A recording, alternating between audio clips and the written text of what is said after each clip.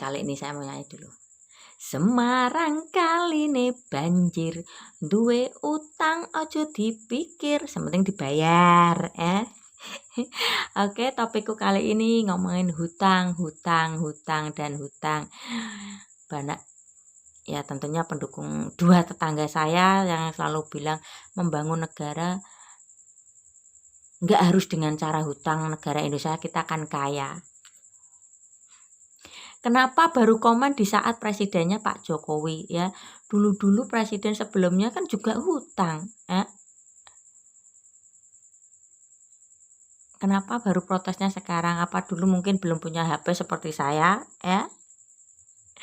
Oke, kita bahas tentang hutang. Ketiga capres ya yang tidak punya hutang 0 rupiah apa? Pak Ganjar. Ya, hutangnya 0 rupiah. Pak Prabowo berapa miliar tuh banyak. Pak Anies juga banyak ya. Kalau kita ingin membawa negara kita dengan meminimalisir hutang, kita harus memilih yang mana? Hutang yang dua punya hutang atau yang satu tidak punya hutang.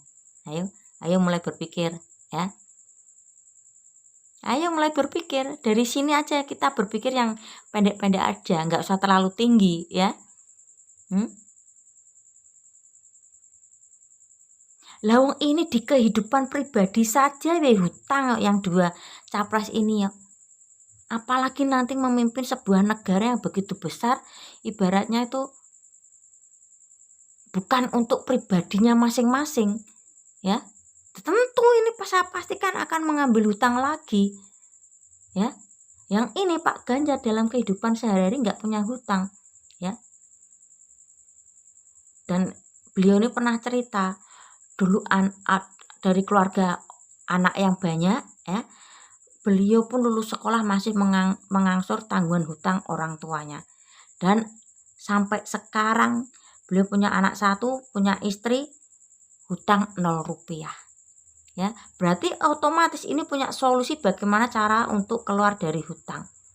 Beda sama ini ya, dalam kehidupan pribadi saja punya hutang yang begitu besar. Ini mau nyalek jadi nyalonkan diri dari jadi pilgub ya. Bapak Sandiaga Uno kena hutang sama Bapak Sandiaga Uno, Bapak Yusuf Kala ya, hutangnya besar-besar ya. Kalau ekonomi tidak mampu dan cuman mengandalkan kendaraan PA 212 ya,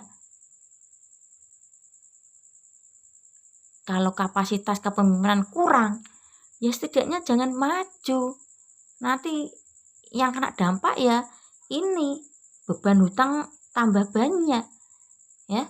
Coba deh pikir, nggak usah tinggi-tinggi dulu ya. Dalam kehidupan pribadi ini aja hutang ya. Yang satu ini Pak Ganjar dalam kehidupan pribadi nggak ada nol, tidak ada hutang sama sekali ya. Berarti ini punya solusi bagaimana cara untuk keluar dari hutang yang sudah banyak dan menggunung dari era-era kepemimpinan presiden sebelumnya ya. Ini aja yang pribadi loh hutangnya banyak. Harusnya mulai berpikir seperti itu dong ya. Untuk kebutuhan pribadi aja hutang, apalagi nanti untuk menjadi sesudah menjadi pemimpin dengan kebutuhan rakyat atau daerah-daerah yang begitu besar, begitu banyak. Apa nggak mungkin hutang lagi? Tetap hutang, saya pastikan ya. Ayo mulai berpikir, dari sini kita harus mulai berpikir ya. Saya ngomong sekali lagi, untuk kebutuhan pribadi aja nih, dua capres hutang. Sedangkan ini Pak Ganjar hutang 0. Bisa dilihat di wawancaranya Mbak Najwa Shihab. Di situ tertera. Dan Pak Anies pun seolah-olah capres termiskin. Selalu merendah hutangnya banyak. Enggak situ doang Pak yang hutangnya banyak, saya juga punya hutang. Hutang kita lihat dengan kapasitas keuangan kita ya.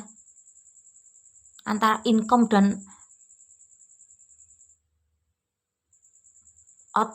pengeluaran, tidak besar pengeluaran, ya kita selamanya akan hutang terus. Ya. Hutang boleh dengan catatan antara income dan pengeluaran itu harus besar income supaya kita punya sisa uang. Oke, mulai berpikir ya. Siapalah saya ya? Bagi orang-orang yang di luar saya, mungkin di luar sana yang sekolahnya sampai sarjana ya, yang ada yang komen saya SDM rendah main medsos ya.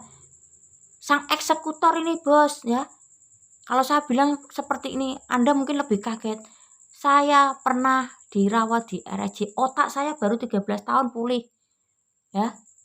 Ayolah mulai berpikir. Mikir.